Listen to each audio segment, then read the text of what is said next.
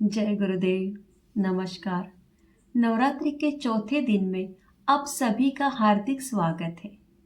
या देवी सर्वभूतेषु शक्ति रूपेण संस्थिता नमस्तस्यै नमस्तस्यै नमस्तस्यै नमो नमः। नवरात्रि के चौथे दिन माँ कुष्मांडा की पूजा की जाती है। यह शक्ति का चौथा स्वरूप है।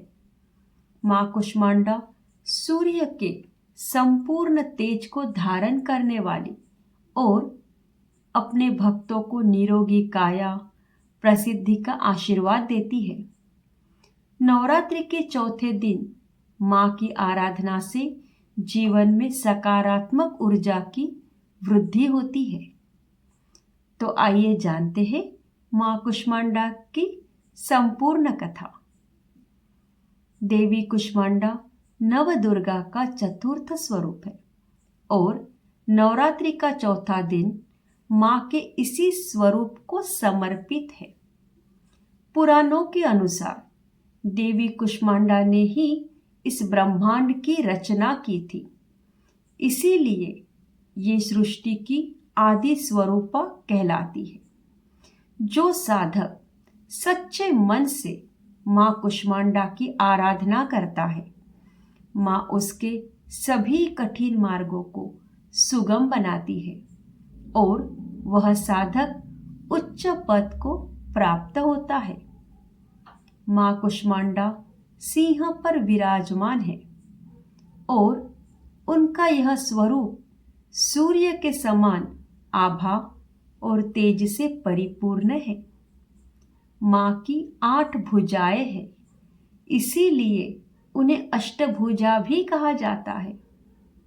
माता ने अपनी 8 भुजाओं में कमंडल, धनुष, बाण, कमल, चक्र, अमृत कलश, गदा और सिद्धि और निधि प्रदान करने वाली जपमाला धारण की हुई है। माँ कुष्मांडा के उत्पत्ति की कथा सुनते हैं। पुराणों में वर्णित कथा के अनुसार एक समय ऐसा था जब यह ब्रह्मांड अस्तित्व में ही नहीं था और चारों ओर अंधकार फैला हुआ था। तब माँ आदिशक्ति से देवी का एक रूप उत्पन्न हुआ। माँ का यह स्वरूप सूर्य के समान प्रकाशवान था। उस समय उस स्वरूप के मुखमंडल पर एक मधुर मुस्कान प्रकट हुई और इससे ब्रह्मांड का सृजन हुआ। इस ब्रह्मांड की सृजनकर्ता होने के कारण माँ के इस स्वरूप को कुष्मांडा के नाम से पुकारा जाने लगा।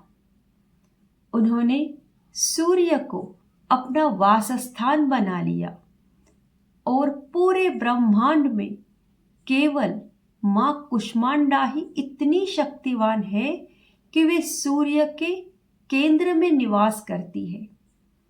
माँ कुष्मांडा सूर्य के केंद्र में रहकर इसे प्रकाश और ऊष्मा प्रदान करती है और सौर मंडल का संचालन करती है। यह थी आदिशक्ति के कुष्मांडा स्वरूप के उत्पत्ति की कथा। तो देवी कुष्मांडा को पूजने के लिए नवरात्रि का चौथा दिन बहुत उत्तम होता है।